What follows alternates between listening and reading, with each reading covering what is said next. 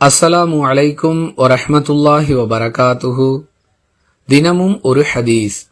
பனு அசத் கோத்திரத்தைச் சேர்ந்த ஒரு பெண்மணி என்னுடன் இருக்கும் பொழுது அங்கு வந்த அல்லாஹுவின் தூதர் ஸல்லல்லாஹு அலைஹி வஸல்லம் அவர்கள் இவர் யார் என்று கேட்டார்கள்.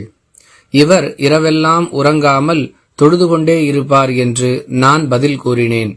இதை கேட்ட அல்லாஹுவின் தூதர் ஸல்லல்லாஹு அலைஹி வஸல்லம் அவர்கள், நிறுத்து, உங்களால் இயன்றதை செய்யுங்கள், நீங்கள் சலிப்படையும் வரை அல்லாஹ் சலிப்படைய மாட்டான் என்று கூறினார்கள் என ஆயிஷா ரலியல்லாஹு அன்ஹா அவர்கள் அறிவிக்கிறார்கள்.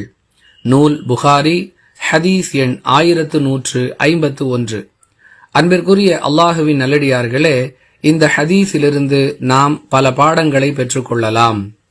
வணக்க வழிபாடுகளை அடையாளம் வைத்து ஒருவரை புகழுவது கூடாது என்பது இந்த ஹதீஸ் சொல்லக்கூடிய முதல் பாடம். நம்மால் இயன்ற அளவிற்கு வணக்க வழிபாடுகளை செய்ய வேண்டுமே தவிர வணக்க வழிபாடுகளுக்காக நம்மை நாமே வருத்திக் கொள்ளக்கூடாது என்பது இந்த ஹதீஸ் சொல்லக்கூடிய இரண்டாவது பாடம். நாம் சலிப்படையும் வரையில் நம்முடைய வணக்க வழிபாடுகளை செய்வதை தவிர்த்து கொள்ள வேண்டும்.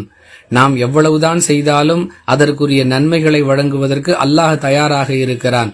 அதே நேரத்தில் அந்த வணக்க வழிபாடுகளே நம்மை சலிப்படைய செய்துவிடக் கூடாது என்பது இந்த ஹதீஸ் சொல்லக்கூடிய மூன்றாவது பாடம். அல்லாஹ் ஒருபோதும் சலிப்படைவதில்லை. நாம் தான் நம்முடைய அசதியின் காரணமாக வணக்க வழிபாட்டிலேயே சலிப்படைந்து விடுகிறோம். இதையெல்லாம் கவனத்தில் கொண்டு நம்முடைய நடவடிக்கைகளை அமைத்துக் கொள்ள வேண்டும். வாஹிரு தஅவானா அனில் ஹம்துலில்லாஹி ரப்பில் ஆலமீன். அஸ்ஸலாமு அலைக்கும் வரஹ்மத்துல்லாஹி வபரகாத்துஹு.